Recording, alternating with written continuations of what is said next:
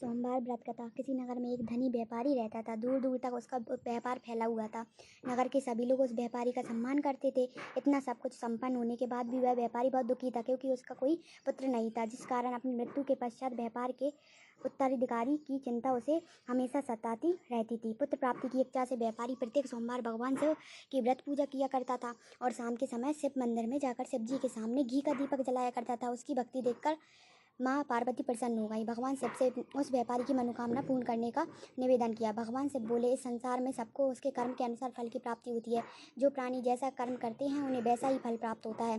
शिव जी द्वारा समझाने के बावजूद माँ पार्वती नहीं मानी और उस व्यापारी की मनोकामना पूर्ति हेतु वे शिव जी से बार बार अनुरोध करती रहीं। अंततः माता के आग्रह को देखकर भगवान भोलेनाथ को उस व्यापारी को पुत्र प्राप्ति का वरदान देना पड़ा। वरदान देने के पश्चात भोलेनाथ माँ पार्वती से बोले, आपके आग्रह पर मैंने पुत्र प्राप्ति का वरदान तो दे दिया, परंतु उसका यह पुत्र 16 वर्ष से अधिक समय तक जीवित नहीं रहेगा। उसी रात भगवान शिव उस व्यापारी के स्वप्न में आए और उसे पुत्र प्राप्ति का वरदान दिया और उसके पुत्र के 16 वर्ष तक जीवित रहने की भी बात बताई।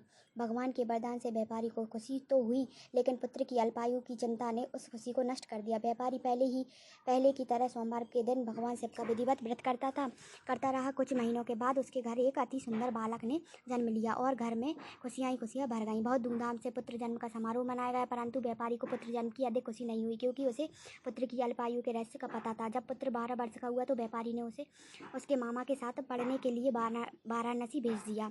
लड़का अपने मामा के साथ शिक्षा प्राप्ति हेतु चल दिया। रास्ते में जहाँ भी मामा भांजे विश्राम हेतु रुकते, वहीं यज्ञ करते और ब्राह्मणों को भोजन कराते।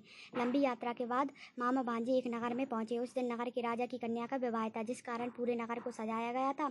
निश्चिंत समय पर बारात आ गई, लेकिन वर का पिता अपने बेटे के एक आंख से काने होने के कारण बहुत चिंतित था। उसे भय था कि इस बात का पता चलने पर कहीं राजा विवाह से इनकार न कर दे, इससे उसकी बदनामी भी होगी। जब वर के पिता ने व्यापारी के पुत्र को देखा तो उसके मस्तक में एक विचार आया। उसने सोचा, क्यों ना इस लड़के को दूल्हा बनाकर राजकुमारी से विवाह करा दूं। विवाह के बाद इसको धन देकर विदा कर दूंगा और राजकुमारी को अपने नगर ले जाऊंगा। वर के पिता ने लड़के के मामा से इस संबंध में बात की। मामा ने धन मिलने के लालच में वर के पिता की बात स्वीकार कर ली। लड़के को दूल्हे का वस्त्र पहनाकर राजकुमारी से विवाह कर दिया गया। राजा ने बहुत सारा धन देकर राजकुमारी को विदा किया। शादी के बाद लड़का जब राजकुमारी के साथ लौट रहा था तो वह सच नहीं छिपा सका और उसने राजकुमारी की ओढ़नी पर लिख दिया, राजकुमारी, तुम्हारा विवाह मेरे साथ हुआ था। मैं तो वाराणसी पढ़ने के लिए जा रहा हूँ और अब मैं तुम्हें जिस नवयुवक की पत्नी बनना पड़ेगा वह कान्हा है। जब राजकुमारी ने अपनी ओढ़नी पर लिखा हुआ पढ़ा तो उसने कान्हे लड़के के साथ जाने से इनकार कर दिया। राजा को जब ये सब बात पता लगी तो उसने राजकुमारी को महल में ही रख लिया। उधर लड़का अपने मामा के साथ वाराणसी पहुंच गया और गुरुकुल में पढ़ना शुरू कर दिया। जब उसकी आयु 16 वर्ष की हुई तो उसने यज्ञ किया। यज्ञ की समाप्ति पर ब्राह्मणों को भोजन कराया और खूब अन्न वस्त्र दान किए। रात को वह अपने शयन कक्ष में सो गया। शिव के वरदान के अनुसार शयनावस्था में ही उसके प्राण पखेरु उड़ गए। सूर्योदय पर मामा मृत भांजे को देखकर रोने पीटने लगा। आसपास के लोग भी एकत्र होकर दुख प्रकट करने लगे। लड़के के मामा के रोने विलाप करने के स्वर समीप से गुजरते हुए भगवान शिव और माता पार्वती ने भी सुने। माता पार्वती ने भगवान से कहा, प्राणनाथ, मुझे इसके रोने के स्वर असहन नहीं हो रहे हैं, आप इस व्यक्ति के कष्ट को अवश्य दूर करें। भगवान शिव ने माता पार्वती के साथ अदृश्य रूप से में समीप जाकर देखा तो भोलेनाथ माता पार्वती से बोले, यह तो उसी व्यापारी का पुत्र है जिसे मैंने 16 वर्ष की आयु का वरदान दिया था। इसकी आयु पूरी हो गई है। माँ पार्वती ने फिर भगवान शिव से निवेदन कर उस बालक को जीवन देने का आग्रह किया था। माता पार्वती के आग्रह पर भगवान शिव ने उस लड़के को जीवित होने का वरदान दिया और कुछ ही पल में वह जीवित होकर उठ बैठा। शिक्षा समाप्त करके लड़का मामा के साथ अपने नगर की ओर चल दिया। दोनों चलते हुए उसी नगर में पहुंचे जहां उसका विवाह हुआ था। उस नगर में भी यज्ञ का आयोजन किया। समीप से गुजरते हुए नगर के राजा ने यज्ञ का आयोजन देखा और उसने तुरंत ही लड़के और उसके मामा को पहचान लिया।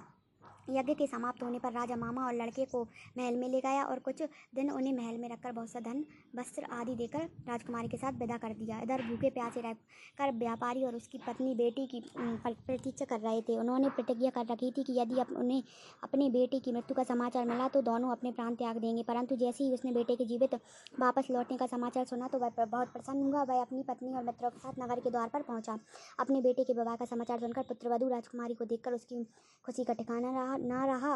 उसी रात भगवान शिव ने व्यापारी के स्वप्न में आकर कहा, हे श्रेष्ठी, मैंने तेरे सोमवार के व्रत करने और व्रत कथा सुनने से प्रसन्न होकर तेरे पुत्र को लंबी आयु प्रदान किया। पुत्र की लंबी आयु जानकर व्यापारी बहुत प्रसन्न हुआ। शिव भक्त होने तथा सोमवार का व्रत करने से व्यापारी की सभी मनोकामनाएं पूर्ण हुई। इसी प्रकार जो भक्त सोमवार का विधिवत व्रत करते हैं और व्रत कथा सुनते हैं उनकी सभी इच्छाएं